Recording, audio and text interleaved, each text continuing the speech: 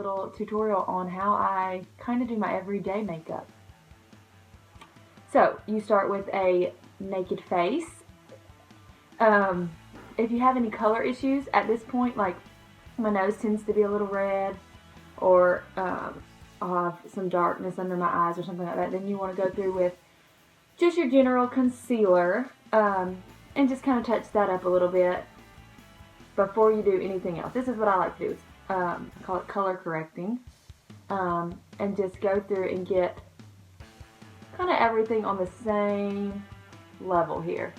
And if you have any blemishes, with growing a human right now, my hormones are out of whack, and so I have more blemishes than usual. So I would usually touch those up if I had any redness. Okay, so the first thing I suggest doing, and I went a long time avoiding this because I didn't really think it was necessary, but it's necessary. It makes a big difference. First, make sure your skin is very moisturized. I should have done that before I did my concealer, but I have already done that this morning. So let me just tell you what I use. So if I'm doing my normal skincare routine in the mornings, I use Arbonne skincare, and so I would just put on the day cream. I'm going to actually be talking about this later in the favorite things party, or just Arbonne in general. If you don't wear Arbonne, or you wear some other kind of skincare system, or you just want to go the very, very cheap route, Eucerin, you can get it anywhere.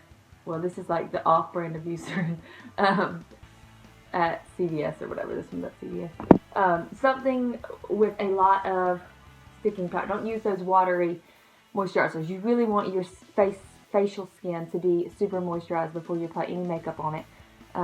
If you have dry skin like me, if you try to use a liquid foundation straight on top of an unmoisturized face and an unprimed face, you may find that throughout the day you'll get like little splotches where your liquid makeup has kind of soaked into those dry areas. And so moisturizing, priming, and maybe choosing a non-liquid based makeup may help. Alright, so first step, primer. I use Merle Norman's. It's got SPF 15, so you can use it by itself if you're not going to put anything else on your face. But why would you do that? Why would you go outside with nothing else on your face? You people who are crazy and don't wear makeup every day. I am not one of you. I like my makeup. I like my mask. Alright, so I'm just going to apply this everywhere I can. And so this is what it's doing. It's kind of mattifying your face. It's going to make everything smooth. If you struggle with large pores, this will kind of help give your foundation a base to really go on top of those and not sink into them. Alright, so once that, it dries really easily. It's like a silicone-y type feeling. It feels actually pretty nice. The next thing I usually do is I take my eyeshadow. Sorry, I couldn't think of the word. And that might throw some of you off and think, wait, you're going straight to eyeshadow? And yes, actually, this is another thing I avoided for a while. I used to do my full face and then do my eyes last. And once I got a little older and I started to really be conscious that there are dark circles here under my eyes, I realized that all of the darkness, the brown eyeshadows, the eyeliner, especially if you're using fiber lash mascaras, little bits of it just fall right here and it gets caught right here on your cheekbone. You don't even realize it, but no matter if you put concealer or anything else over it afterwards, you're still causing that shadow effect underneath your eyes. So if you do your eyes first, then you're doing your concealer, your foundation, your powder, everything after all that crud falls. So I go straight to eyeshadow. Now, pick the eyeshadow not necessarily based on your outfit. You can base it on your outfit, but it looks the best when you base it on your eye color and your skin tone. And so I have green eyes. I don't know if you can see them in this, but they're pretty obviously green. And what looks best with my eyes are purplish, and even pinks. So I might not go with like a vibrant something. And then one color that just kind of looks good on everybody's eyes are like browns and taupes. And so I'm just going to kind of use a brown and taupe palette here. And you take the lightest color, And there are lots of different techniques. I'm going to cover my whole eyelid with this light color, kind of as a base. There are lots of techniques on how to apply eyeshadow, and I don't do it the same every time depending on the look I'm going for, but this is kind of my everyday technique that I can do like as I'm running out the door. This tutorial will take longer than my normal makeup routine because I'm talking and chatting about it. Alright, I've got that base. This is always good to have like it could have a little bit of a shimmer to it because you always want your brow bones here to be highlighted. So it's okay if that first color has a little shimmer to it. Now I'm going to take a crease brush. That was just kind of a blending eyeshadow brush. It's kind of fat and fluffy. And then this one's a crease brush. It's flat, but still kind of fluffy. And I'm going to take my medium shade color that I want to wear today. And I am going to, a lot of makeup artists will tell you to line right along the crease, or apply it right along the crease. But if you'll notice, I have a lot of space here and not a lot of space here. So in order to make my eyes look a little bit bigger, not so, not so much off, whatever, you know what I'm trying to say. I actually will have taught myself how to do it right above the crease. I kind of make a fake crease here. And you want to make that, join that with the corner of your eye here, kind of in a, don't worry, I'm going to clean that up. So, and you don't have to be super precise with it because we're definitely going to blend this all together. Alright, I'm going to do that on the other eye. Now, if you already have kind of a large eye in itself, you can go right down in that crease and that'll be just fine. Kind of learn what works for you over the years. Alright, so I've got that medium color on. And then now I'm going to take an even thinner, this is actually I think a concealer brush, but I like to use it for my darkest color because I don't want it, this is my everyday look, I don't want it to be super dramatic. And I will actually go into my crease just here on the outside corners of my eye. Kind of make that a little bit more dramatic because when I blend it in, I want those three colors to all show. And I want this crease to be defined. I want it to actually show up. You can go as heavy or as light on this as you want. And then I will take that blending brush. It still probably has a little bit of the light color on it, not too much. And literally, especially on these corners, blend and blend those three colors together. Blend, blend, blend. Do it on the other side. Blend. Blend those three colors together. And then, this is the magic. I'll take my finger and I will connect the corner of my eye, to the corner of my eyebrow. Just kind of clean that up. You don't really want eyeshadow way down here. And we'll do a little bit more of that with concealer in a minute. So I'm just making it that nice finish. Okay, so basically I was just wiping that off. Alright, so we've got that part of our eyes done. Now, eyeliner. I used to use like a cream eyeliner or a cake eyeliner that comes in a little pan with a little angled brush. And as I've gotten older, I've noticed the skin around my eyes is looser, and so it's harder for me to actually get a good line. And so I've moved to these liquid liner pens. And I like, this is actually a kind of a thin one. It's Absolute New York. I have a thicker version of this that I think I like better. Okay, y'all, I'm about to get up in your business because I cannot see what I'm doing. Alright, so I will start very thin toward the inner eye and do a thin line all the way across. And if this looks a little rough, it's because I can't really see. Alright, and then I actually will build up. You don't want any space between your eyelash and your eyeliner, so if you see that in this tutorial, just know that I would never walk out of the house like that.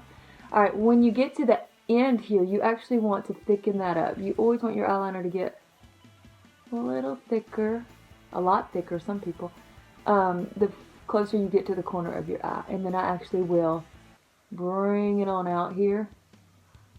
And don't worry if that looks like kind of dramatic, more dramatic than you would go, because when we put on our mascara, it's going to blend in with your lashes and just give your lashes a little extra thickness on the edge there.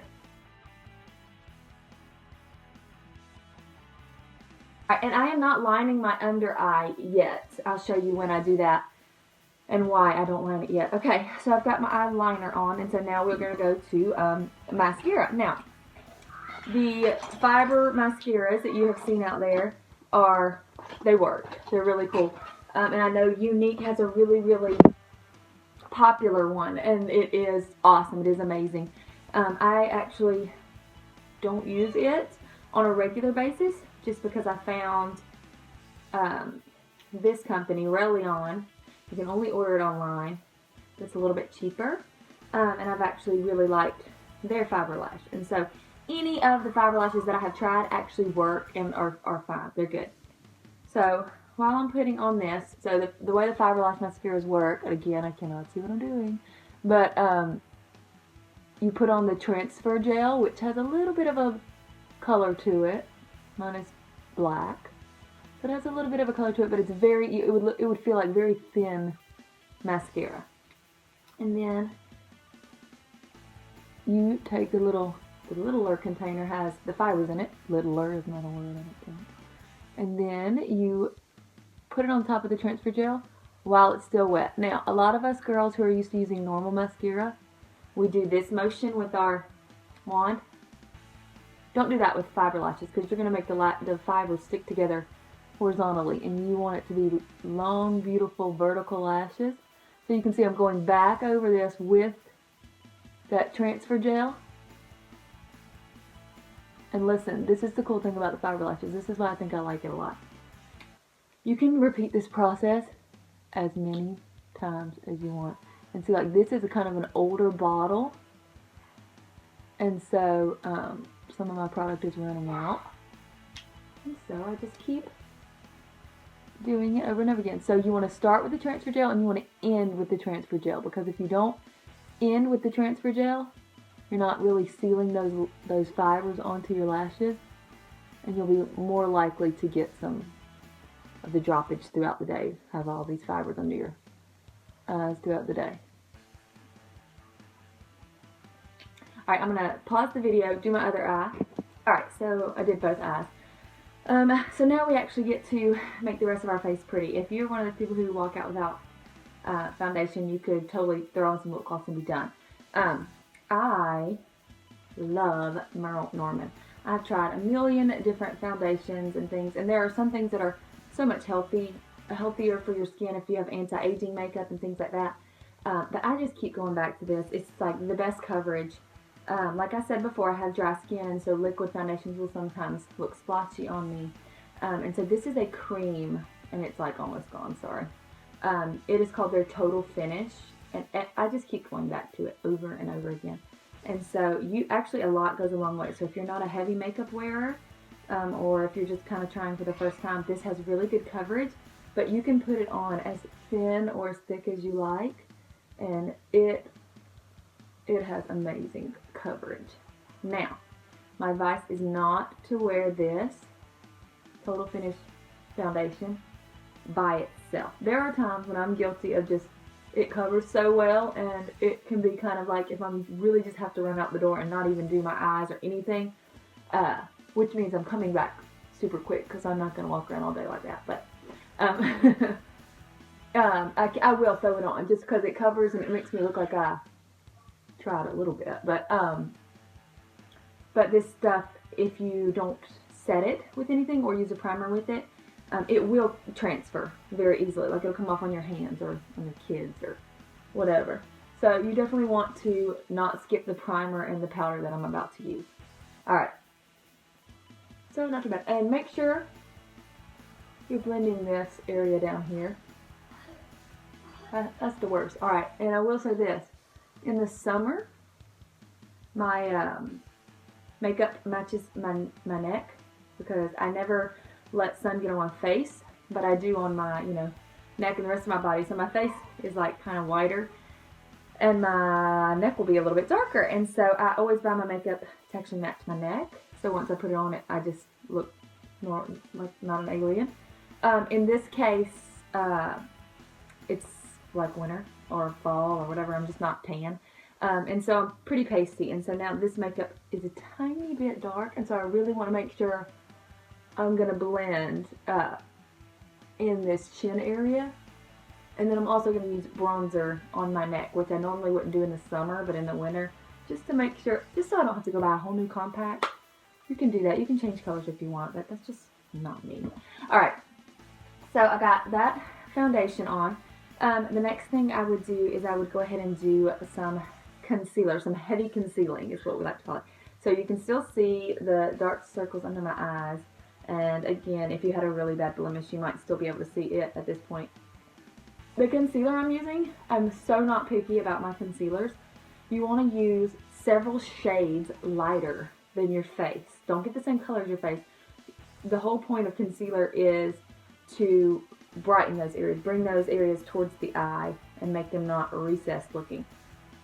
And so any kind of, I like the liquid ones with the wands. Alright, I am going to heavily, and this concealer is on its last leg, it's about to run out. I'm going to heavily, and look how far down I'm going. I'm not just putting this right where I have the bag. I am applying it under that eye completely, all the way out here under where we applied our eyeshadow, and all the way down, almost like an upside down triangle. And don't worry, we're going to blend this out. But this is the trick. You want this whole area to look the same. If you just highlight that area that you don't like, then guess what area is going to stand out? The area you don't like. It's going to be obvious. And so we are just going to hit the whole area, and you want this, your goal is not to rub your concealer in. It should be sitting in a big mess on top of your face. Even when we set it with powder, our goal is to leave as much product on our face as possible. We're not rubbing it in. We're trying to fool the eye here. See how much better that area looks already, even though I look like a circus clown? How much brighter the under eye area. And this is the area that most of us deal with, or, you know. And then you can just leave. No. You can also take your concealers. You always want this T-zone to be your brightest. It brings it toward the eye. And so you can take it, and if you really want to do some contouring, you have some time that day, put it in between your eyes, down the bridge of your nose. And this I would blend just a little bit. You don't want this to be as noticeable. And even down on your chin here. And again, very subtle. Alright, so now what you want to do is, after you took that concealer, which was several shades lighter than your skin, you want a powder, some kind of I have a mineral powder, Physicians Formula mineral powder, and this is several shades lighter than my face. I wouldn't wear this all over my face, it would make me look like a ghost. And what I'm doing is I'm taking a brush, and this is loose powder, so it's going to fly everywhere. I still haven't found a solution to that. So I'm wearing this t-shirt instead of what I'm actually wearing today. Alright, again, I do not want to move this concealer around or wipe it off in any way, so I'm going to start by just dabbing a ton of this powder on here. Like, I want all this product to stay on my face. I will blend it better later, but I want all this to stay on my face. Alright, so I'm setting this concealer. So for a long time growing up, I didn't really do the whole setting thing well. I just kind of threw makeup on my face and walked out the door, and then when I came back in the door, I was looking a hot mess. This is going to help your makeup last longer. Alright, so I just set that concealer. That's all I did. And I'm putting this light powder away. So now we're going to do contouring. You can skip this. I don't do this every day, but if I have time, I try. So I'm using a blush brush. You can use any kind of a soft fluffy. I just like it to be super soft because you don't want these to be hard lines. You want this to really blend. So we just made this area very light. And the areas you want to be dark are these indentions on your cheekbones, the temples, and then you kind of, once you do the temples, you bring it down. You're going to match that cheekbone with that temple. So you're making like a C shape on your face. Okay? So that's what I'm going to do. I'm going to get bronzer. And again, I'm not super picky. And when I start my bronzer, I start it back here. You'd rather it be darker back here and get lighter towards your face. If you stick your brush right here to begin with, you're going to have these dark spots right here, and you're not going to like that. They're going to be harder to blend. I'm not picky on which bronzer I use. I have found that no matter how much money I spend on them, they kind of all look the same to me. Alright, I'm going to put it up here on my temples and bring it down. So this is contouring. This is making your face look a little slimmer and kind of naturally have a glow. I'm sure you can see that because I feel like I can see it. Alright, and then the last thing I'm going to do And like I mentioned before, the last thing I'm going to do with my bronzer is kind of go along this chin line. Very lightly, not a whole lot, just to kind of blend. And I'm going to blend down through my neck just because I'm using my summer color. And I'm really pasty, so not that huge of a difference, but it makes a difference. I don't want my neck to look different than my face. So very blend, blend, blend. Now here's where the magic happens. I'm done with my bronzer. And this was, I think I just picked it up at like Target's NYC. Nothing special. This stuff. This is where you're going to get the airbrushed look that we're all kind of looking for. This is Merle Norman, and this is called Flawless Effect Loose Powder. It's like a translucent powder. It just sets your whole face. And what this is going to do for us is not only going to give us that airbrush look, it's going to blend all these different colors together that we kind of put on our face. So it comes with its own little brush. I mean, not brush, pad. And so the places that I didn't put bronzer, I'm going to start first. And then I'm going to blend. And this little pad is so soft, you literally just use that blending motion all the way down your face. And it looks like airbrushed. I mean, to me. I love it. A little bit more. You can even blend that chin area, if it's a problem area for you especially. I really hate the chin issue. So, I'm going to be extra careful there. Alright. And so, I don't know if you guys can see that as well as I can, but man, that stuff is just heaven. It's just heaven. Alright, this is where I'm going to do my bottom liner and lashes. Okay, depending on what kind of look I'm going for, I am going to, a lot of times everyday look, instead of using a harsh liner on your bottom lashes, it kind of makes you look a little too done up for the daytime. Now, if you're using this little thin liner that I used earlier, you're probably fine as long as it's kind of pretty thin. But sometimes I try to go with less of a liner look and more of a darkening, so it looks like I actually didn't forget my lower lashes. So I'll take the darkest color I used on my eyeshadow in that same little thin concealer brush. Look, I have loose powder all over me. This is why I'm wearing a t-shirt for reals. Alright, and I will just take, get it concentrated on the tip because you do not want this to be thick at all. And you literally want to just line your, and I'll even bring it out there with that wing. Make it all go together. So this is more of a blended eyeliner look. Smoky, I guess, but without all the smoke. I'm not making it too dramatic. And we're going to put some mascara on top of that so it won't be as noticeable. But see, it just defined the eyes a little bit, but didn't make it such a harsh line. And then I'm so weird because instead of using like that same Fiber Lash mascara, I just already did my concealer and everything, so I really don't want to have anything else down there. And plus, my lower lashes touch my skin a lot, and the fibers will come off. So I will use just a regular mascara. This is like a sample Smashbox mascara. Really, any mascara will do. Because it does not take a lot for your lower lashes. And I'm not able to see exactly what I'm doing, but I can kind of tell. So as long as you're adding some kind of a, and if you're going to go somewhere that's wet or humid or you're going to be crying, making this a waterproof mascara down here is a good idea. And you could even make your upper lashes waterproof too. You want to just go over them 1 or 2 times with this regular or waterproof mascara over on top of the Fiber Lashes. The cool thing about the Fiber Lash mascara is that it's soft to the touch. So it feels like your real lashes. It doesn't feel like hard, crispy. And so the more layers you put on, you're thinking, oh, I'm just getting tarantula eyes. And you're not. So it's okay to put a mascara on, like a coat on top.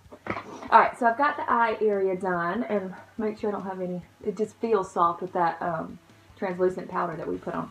So, the last thing I'll do for my face is I'll put on some blush. This is Hikari, and it's in Tango. It's a really bright and really pigmented. So literally watch me. I tap my brush on it. And then you want to start at the apple of your cheek and kind of make that downward motion. You want more of the color to be concentrated back here and it to blend forward. Tap it. This stuff I have found, if you tap it too many times or put too much on the brush, oh my goodness, you become a clown super fast. So we want a little bit of color so we don't look all brown and taupe. We want a little bit of redness, like, oh, you know, we're active. So that's all that's for. Alright, and then last we have, well, not last, eyebrows. I strongly believe eyebrows are a very important part of this process. Again, they were something that I had to learn the hard way. They were after looking at pictures like, ooh, you need to do something with your eyebrow. It never fails. All of us have one tame eyebrow and one cray cray. Alright, and so this is my tame one. It kind of has the right shape. I pluck my eyebrows. I don't usually get them waxed because I don't trust people or myself. And then I also will trim them with scissors because you don't want these like long eyebrows. So trimming them and making sure they're cleaned up around it is good. Do that. And then I have this one. This one has like a chickenpox scar in the middle of it, so it has like a kind of a sparse place. It doesn't do the right arch that I like, you know. This is the rule about eyebrows. Don't go too thin. I mean, obviously don't go too thick. We all know that. But we girls, we tend to keep plucking to try to get the right shape. Get a general shape, and then you can use your tools to fill in the rest.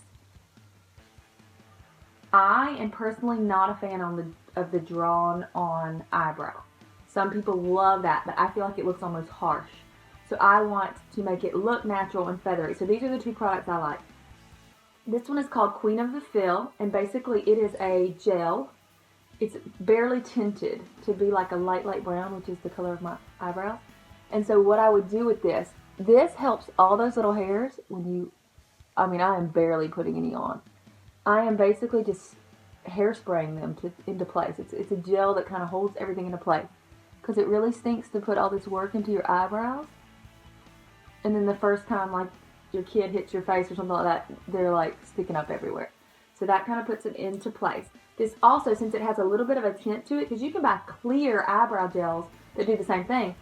This one, it has a little bit of a tint to it, so like that sparse place I told you that my chickenpox scar is there, it kind of gives it a little color. And so it makes it look like they're nice and filled in without being like drawn on or heavy. And then I will take a very, very thin eyebrow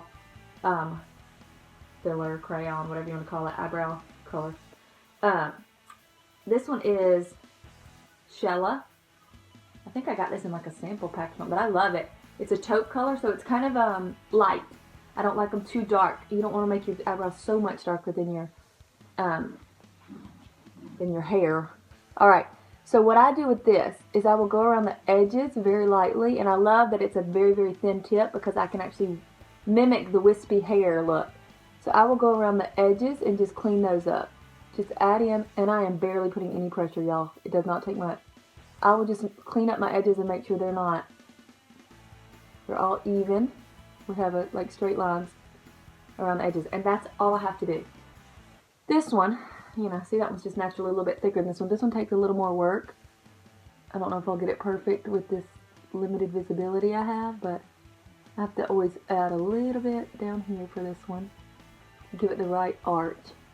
Eyebrows should be sisters, not twins. They don't have to be exactly alike. They should just be, you know, relatives.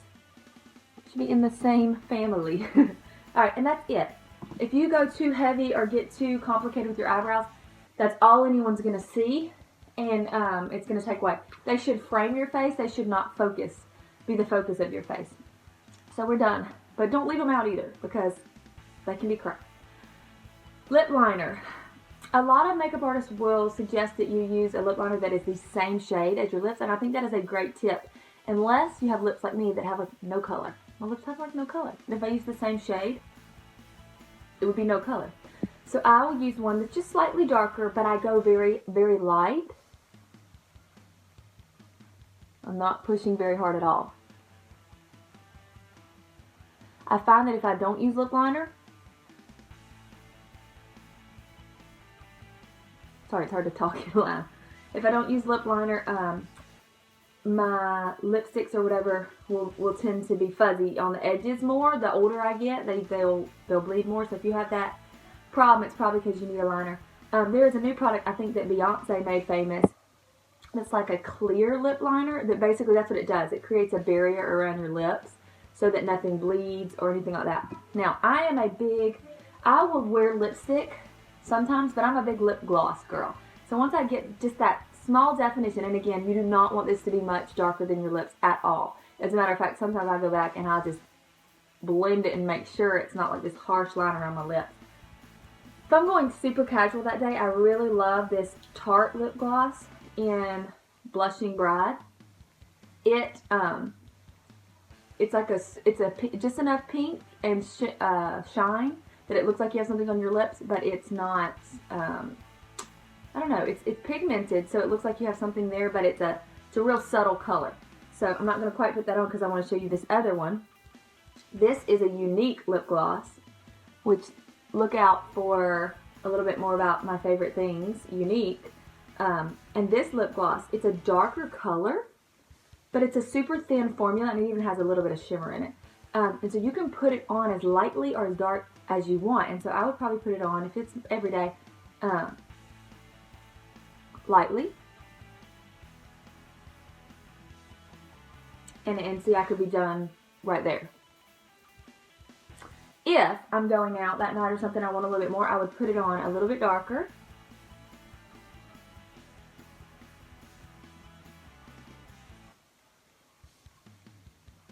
And every time I put on dark lipstick, I always think, oh, that's a little too much. I need something else. I love, and I honestly cannot tell you what brand this is, because look, I've had it forever. It's like rubbed off. Oh wait, NYC. So I probably picked it up at Target or something. But I keep picking the same stuff up over and over again because it is like a perfect little pink with a shimmer, and you can lighten any lipstick by just applying this, especially if you just apply it on the parts of your lip that you want to look a little bit more full. So the Cupid's bow up here and down there. Do you see how that just plumped my lips instantly? But it's not super subtle, like no one knew I just put something right there. And it also tones down that like dark lip colors that I don't feel like I pull off as well. So I don't think I skipped anything, but you like it? So at my favorite things party, I'll be giving some of this stuff away.